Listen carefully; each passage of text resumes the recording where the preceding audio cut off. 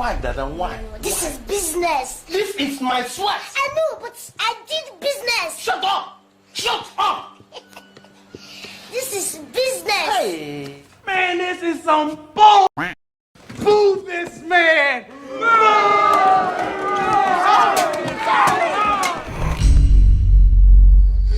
What's up guys, Sal here. So it's been a while since we've heard anything regarding Samsung's next flagship tablet. But if you're waiting for a Galaxy Tab worthy of replacing your laptop, then you're in luck because the first look of the Galaxy Tab S8 Ultra has been revealed, which reveals a massive display but also has a controversial design change that is surely not gonna sit well with some people. These CAD renders are coming from AllLeaks, which as you know is one of the most trustable leakers out there. The tablet has a massive 14.6-inch display that's laptop territory, that is just 5.4mm thick, which is ridiculously thin for a tablet.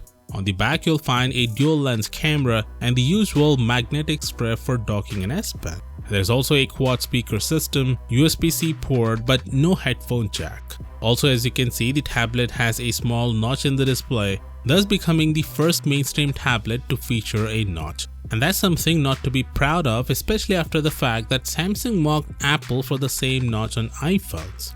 This makes me question, is Samsung aware that they make punch hole displays that avoid a notch design completely? I don't understand why they're going with the notch if it doesn't house anything but the front facing camera. But if we put the notch aside for a second, then the Tab S8 Ultra has the thinnest bezels we've seen on any tablet, which helps you get more screen real estate without increasing the overall size of the tablet. Anyway, the other specs of the device include a 11,500 mAh battery, 120Hz screen, a Snapdragon 895 processor. We still have no idea if they're gonna launch an Exynos equivalent.